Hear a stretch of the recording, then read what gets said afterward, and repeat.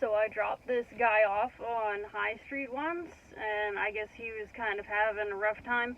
And as he was getting out, he was just kind of looking at me, and he was like, you seem like you're a really chipper person. I wish I could be that way. I've never been able to be that way. And I just did not have the heart to tell this man as he's leaving my car that in order to be this chipper with other people, you have to go through an enormous amount of depression. By the way, no one uses the word chipper anymore. Thought I'd throw that out there before anybody starts using it. Hello and welcome back. This is Tired Narc Hunter. Emphasis on tired this week. Oh my gosh, I worked too hard last week. Working for Uber, you obviously don't get paid holidays like some other places. So that's fine because you can always just work extra and make up for it. But I think I worked a little bit too much. I realized last week whenever I posted my video that I didn't really tell you what was going to be included in the video, and so in future I'm going to try and give you a heads up of what I'm planning to include in the video so that you know without having to scroll through the whole thing. So if you missed last week's episode, we got to visit the docks with my dash camera. It was pretty cool, so if you missed that, go ahead and go back and watch that. For this week's episode, we're going to visit the Cracker Barrel, which in itself may not be very interesting, but ours happens to be located up on a hill, so it's got a pretty good view, and I deliberately drove around the building so that we could get a good view of it. So definitely stick around to check that out. So one of the main reasons that I started this channel was because I sometimes have interesting conversations with my passengers, and so I thought it would be really cool to be able to share them, by uploading them. And so I'm excited today because I'm finally getting around to one of the first conversations that I had that inspired me with that idea. I'm going to replace his real name just in case, people want to remain anonymous, but I do know his real name. He's a regular of mine, and we're going to call him Brett. And we just had a really interesting conversation. So if you've ever wondered, in the middle of all of this argumentation about women's rights, women have the right to this, the right to that, and for some reason there's total silence on the other side. I don't remember scrolling through my feed ever and seeing anything but the women, advancing their side of the issue. I never see any men jumping on there and being y'all are crazy, women shouldn't be voting, women shouldn't be wearing pants, or anything ridiculous like that. And maybe that's the reason why. Maybe that's just an absolutely ridiculous and untenable position to maintain. But I just always wondered, where hence the title, where are all the men? And so I had this wonderful conversation with Brett, who, by the way, works at a hospital. And he gets to see and hear a lot of interesting things, not only through his job, but also through like you and I, just kind of going through the internet and seeing what's going on. And he told me that I guess there was a time when doctors would come in, and after a woman had given birth, they would maybe have to sew her up a little bit, she'd been torn up pretty good. And apparently there was some kind of habit going around where they would actually sew women up tighter than they were before. Not for her, obviously, but for her husband, for the pleasure of her husband.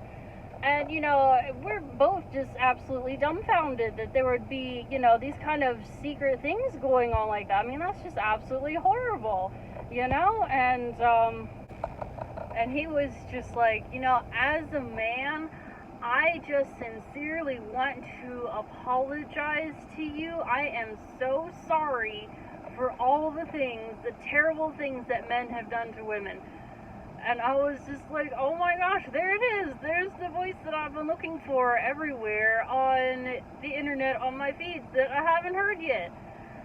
So that doesn't entirely surprise me. I was really hoping that, all the other people my age, particularly the men, are just sort of arriving on the scene and like scratching their heads and wondering, okay, I thought that we were past racism. I thought that we were past sexism. Like, I didn't know this stuff was going on. Like, what the heck? I just go to work and work from 9 to 5 and I go home. I don't know what this crap is all about. So, based on his response, now that I have that, I'm thinking that maybe I was right. Maybe these men just generally don't get involved in the drama, and so they're not on the feeds, but that they are just confused and disturbed, obviously, by some of the stuff that has gone on. So that, to me, was very reassuring. And I've talked with him a couple of times after that. I think that was our very first conversation, in fact. And I really like talking with him. He's got some great opinions, and he's, getting to watch things from the medical side of things, and, also just what you and I watch on the internet. And so, if I ever do have, like, special guests featured on this channel, which is kind of on my wish list of things to do, I would love to feature people like him, some locals who just want to, cast their opinion out there and kind of join in the discussion, because I just have to confess, I just love roundtable discussions. I always have. And I think that would be a really cool feature to this channel if there's, people who would be willing to do that. So stay tuned for that. And we'll see. Oh my gosh, I can't believe I'm actually talking about this, but since it won't disappear from my feeds or from the news, we might as well talk about the Will Smith slap. Oh my gosh. I had this passenger and he pretty well summarized what I've been thinking about that whole situation, and I'm glad that somebody else is saying it too. And he was just like, what really happened was Will Smith came up to you and he bitch slapped you. Like, get over it. It's a slap. It's not like he beat him to a bloody pulp. I mean, it's not like comedians don't ask for it, They make fun of people all the time. It's like it's part of the risk of their job is offending people, so you shouldn't even have been surprised. But I was just like, what does this country come to if a husband cannot defend the honor of his wife without getting banned for 10 years? That is absolutely absurd. I mean, what drama queens to ban somebody for 10 years over defending his poor wife? I mean, honest to gosh, man, it was a ridiculous situation. And I was glad to hear a passenger speak up, a guy say, exactly what it was. It was a bitch slap. Like, get over it. So I had to add another video to this because I just dropped off another regular passenger. I've taken him to therapy a couple of times now, and it was interesting because he asked me almost the exact same question. He didn't use the word chipper, but he said basically, are you always this cheerful? And I basically just came out and said, yeah, it's the depression. And he was like, me too. And he explained to me that I guess it's called overcompensation, but like it's where you want to give people what you yourself don't have.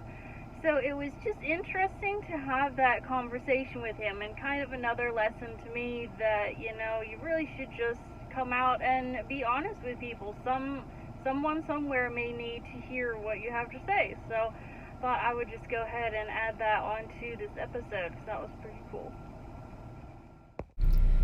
So here is our promised ride up to Cracker Barrel.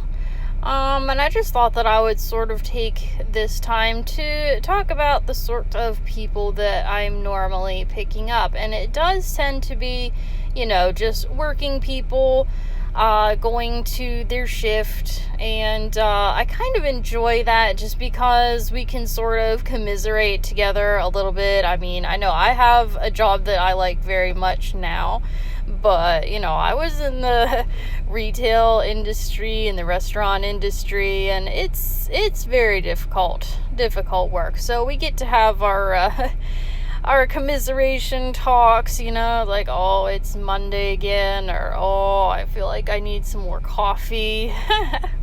I think that's one of my favorite stickers that I've seen on a car so far. It says, no coffee, no worky. I just thought that was really funny. And so here we are making the right hand turn to get up to the Cracker Barrel. There is also a hotel beside it. And I think the thing that I love the most about Cracker Barrel, and why I shouldn't spend very much time there, is they do have a wonderful collection of items in their gift store. It's actually one of my secret places to do some Christmas shopping if you're looking for some unique items. But yeah, here we are at the top of the hill, about to make our stop. So we've got some nice views looking out around the building.